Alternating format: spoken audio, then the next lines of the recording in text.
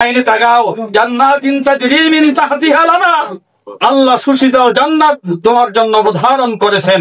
অপর দিকে তাকাও, ফালাইসা লাহু মা হাহুনা হামিম ওয়ালা তুআমুন ইল্লা মিন গিসলিন, জাহান্নামীদের শাস্তি আযাব গজব খালিদিনা ফিহা আবাদা, একের পরে কিয়ামত পর্যন্ত, শুধু নয় আমরণ পর্যন্ত, অনন্তকাল আবাদান আবাদা শাস্তি ভোগ করা লাগবে। তুমি কি সত্যর সাক্ষ্য দিবে না? স্বপ্নে শেষ হয়ে গেল, ঘুম ভেঙে তিনি আসসালাতু খায়রুম মিনান নাওম আযান শুনতে পেলেন। চাদর মুড়ি দিয়ে হাঁটতে হাঁটতে ওই মসজিদের কিনারে দাঁড়ালেন। লোকজন নামাজ পড়ে বের হয়ে গেল। বিশিষ্ট লেখিকা, সাংবাদিক কারোর কাছে দেখা তিনি দিলেন না। সবাই চলে যাওয়ার পরে ইমাম সাহেবের রুমে তিনি ঢুকলেন। ইমাম সাহেব দেখে বললেন, স্যার আপনি এখানে? ইমাম সাহেব তো কাজ শুরু হয়ে গেছে, এত বড় ব্যক্তি।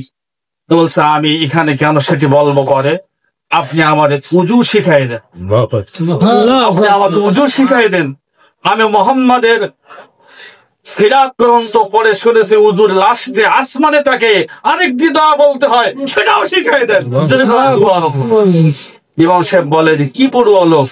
যিনি বললেন, আমি কিছু কিছু মুখস্থ করেছি, আল্লাহুম্মা জাআলনি মিনাত তাওয়াবিন ওয়া জাআলনি মিনাল মুতাতাহহিরিন, আল্লাহ আমার অন্তর আত্মা পরিশুদ্ধ করে দাও। ইমাম সাহেব পুজো করাই দিলেন, শিখাই দিলেন। সাথে সাথে তিনি তেলাওয়াত করলেন, লা ইলাহা ইল্লাল্লাহ মুহাম্মাদুর রাসূলুল্লাহ।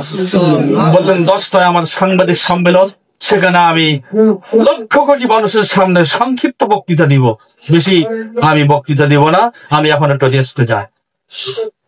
10টায় সাংবাদিক সম্মেলনে হাজার হাজার ক্যামেরাম্যান, হাজার হাজার ক্যামেরাম্যান আর লক্ষ কোটি মানুষ। সেখানে তিনি দাঁড়িয়ে অল্প কথায় বক্তৃতা দিলেন। As a religious teacher, as a founder, as a commander, as a lawgiver, as a lawmaker, as a leader, our prophet Muhammad Rasulullah sallallahu alaihi wasallam is the Superman. ইংরেজি গুলো যারা শিক্ষিত তারাই বুঝেছেন, সকলেই বোঝেন যে তার মতো মহান ব্যক্তি, তার মতো ভালো মানুষ এই পৃথিবীতে অতীতে আর নাই। তোমরা কোন দিকটা নিবা? একজন আদর্শ ধর্মীয় নেতা, একজন রাজনৈতিক ব্যক্তিত্ব, একজন কমান্ডার, একজন ছিপাছালা, একজন কাঠমিস্ত্রি, একজন প্রতিষ্ঠাতা, সব সাইড পর্যবেক্ষণ করে আমি লাস্টে বললাম, is the superman of the world. তার মতো ভালো মানুষ, সুপারম্যান এই পৃথিবীতে আর নাই। শব্দ উচ্চারণ করেছেন, বলতে পারতেন সুপারম্যান, মানে তার মতো ভালো মানুষ আর কেউ ছিল না। কিন্তু সাহিত্যিক শব্দ কি বলেছেন? অতীত, বর্তমান, ভবিষ্যতের অর্থ দেয়। যে অতীতে তার মতো ভালো মানুষ ছিল না, বর্তমানেও নেই, ভবিষ্যতেও সেই রকম মহামানব এই পৃথিবীতে আর আসবে না। আমি সকলের সামনে তেলাওয়াত করলাম, লা ইলাহা ইল্লাল্লাহু মুহাম্মাদুর রাসূলুল্লাহ, এবং সাক্ষ্য দিলাম, আত্মপরিকর হলাম, লা তুমিনুন্না বিহি ওয়া লা তানসুরুন্নাহু, তার প্রতি ঈমান আনলাম এবং তিনি যে কাজের জন্য এসেছিলেন সেই কাজের সাহায্যকারী হয়ে গেলাম। আপনি আমি কোথায়? গবেষণা করি না, চেষ্টা চালাই না। বাংলাদেশ জামাত ইসলাম টিকে আছে কোরআন চর্চা হওয়ার কারণে, আল্লাহ রাসূলের সিরাত চর্চা হওয়ার কারণে।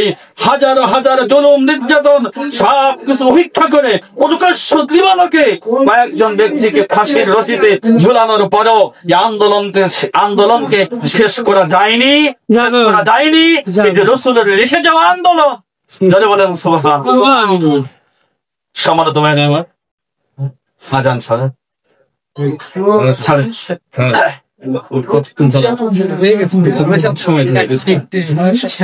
সমানত হাজিরিন, রাসূল কারীম সাল্লাল্লাহু আলাইহি ওয়াসাল্লাম ঈসা নবীর পর থেকে রাসূল আসার আগ পর্যন্ত সময়টা কত বছর ছিল? 610 বছর কোন আলো এই পৃথিবীর লোক দেখিনি। না দেখার কারণে এই নবী যে আলো, তিনি সিরাজাম মুনীরা ওয়া দাঈয়ান ইলাল্লাহি বিইজনিহি ওয়া সিরাজাম মুনীরা, প্রজ্বলিত নূর না থাকার কারণেই ওই জগৎটা আলো না থাকায় জুলুম নির্যাতনের একেবারে ঘোর অন্ধকারে নিমজ্জিত হলো। ওই যুগের শিক্ষাবিদ, ওই যুগের ইতিহাসবেত্তারা নাম দিল এটা হলো আইয়ামে জাহিলিয়াতের যুগ। ঠিক নয় কি? সেই আইয়ামে জাহিলিয়াতের যুগ পেরিয়ে আল্লাহ রাব্বুল আলামিন পৃথিবীর প্রাণ কেন্দ্রে একটি মূল বাল্ব হিসাবে নবীকে ফিট করলেন। বললেন, ইয়া আইয়ুহান নবী, ও সম্মানিত নবী, ইন্না আরসালনাকা শাহিদা ওয়া মুবাশশিরা ওয়া নাযীরা ওয়া দা'iয়ান ইলাল্লাহি বিইজনিহি ওয়া সিরাজাম মুনীরা। তাহলে এই সিরাজাম মুনীরা, প্রজ্বলিত নূর আমাদের মাঝে নাই, কিন্তু ওনার সেই সিরাজাম মুনীরা এমন একটি আলো, যে আলো কখনো নিভে যাবে না, যে আলো কখনো নিভে যাবে না। এই আলো সারা পৃথিবী আলোকিত হয়ে যাবে, কিন্তু এটা নিভে যাওয়ার নয়। এটি মোমবাতির আলো না, ফু দিয়ে পাজানো যাবে। এটি কোনো টেমি না যে ফু দিয়ে পাজানো যাবে। সূরা সফের যে আয়াত তেলাওয়াত করেছি, ওর আগে আল্লাহ বলেছেন যে ইউরিদুনা লিইউতিউ নূরাল্লাহ। ওরা মুখের ফু দিয়ে তো আমার নূর নেভাতে চেয়েছিল, কিন্তু পারবে না। আমি এটা তো সিরাজাম মুনীরা বানাইছি। সুবহানাল্লাহ বলে।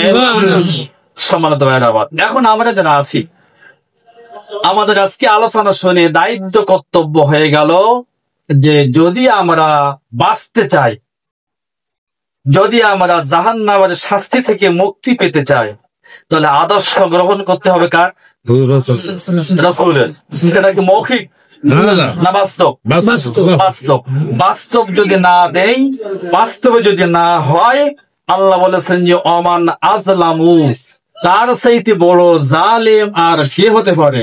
মিম্মান কাতামা শাহাদাতান ইনদাহু মিনাল্লাহ।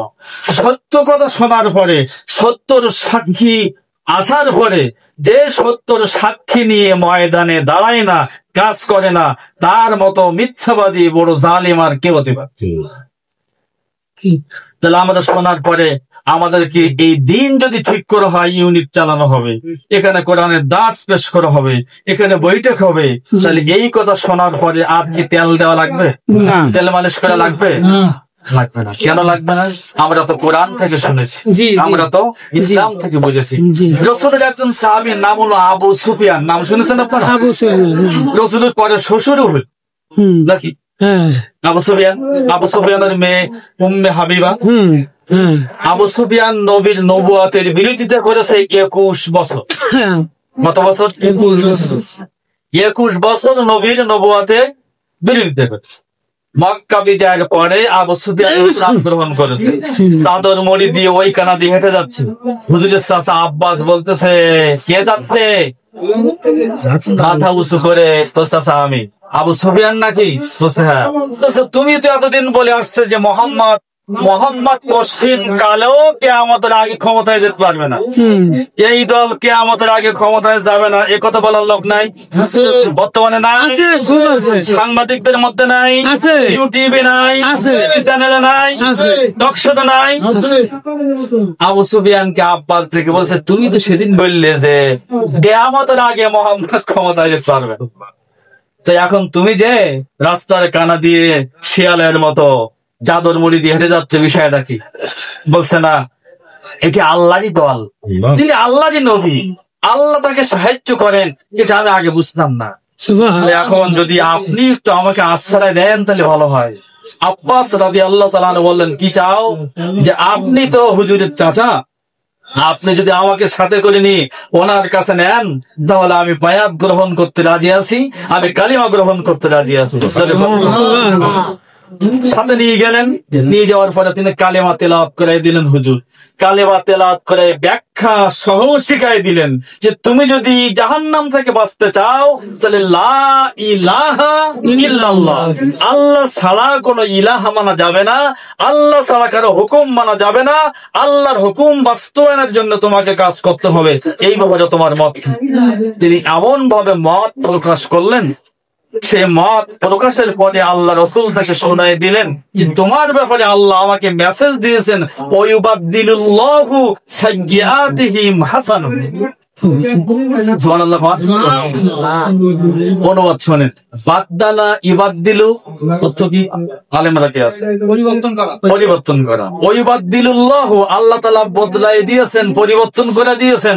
তোমার 21 বছর নবীর নবুয়তের বিরোধিতা করা এবং সারা জীবন যে বাজে কাজের মধ্যে ছিলে, এগুলি সব বদলায়ে ইবাদদিলুল্লাহ সাইয়্যাতিহিম হাসানাত, খারাপ কাজগুলি সব আল্লাহ হাসানাতে, ভালো কাজে পরিণত করে দিয়েছেন।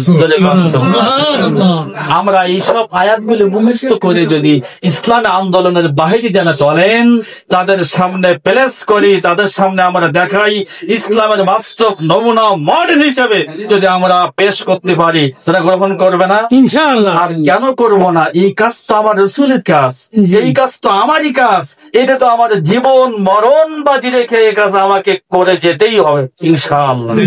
যারা আপনারা এখানে আছেন, কথা শুনেছেন, সকলকে আমি উদাত্ত আহ্বান জানাই, দ্রুত ইসলামের কর্মী হতে।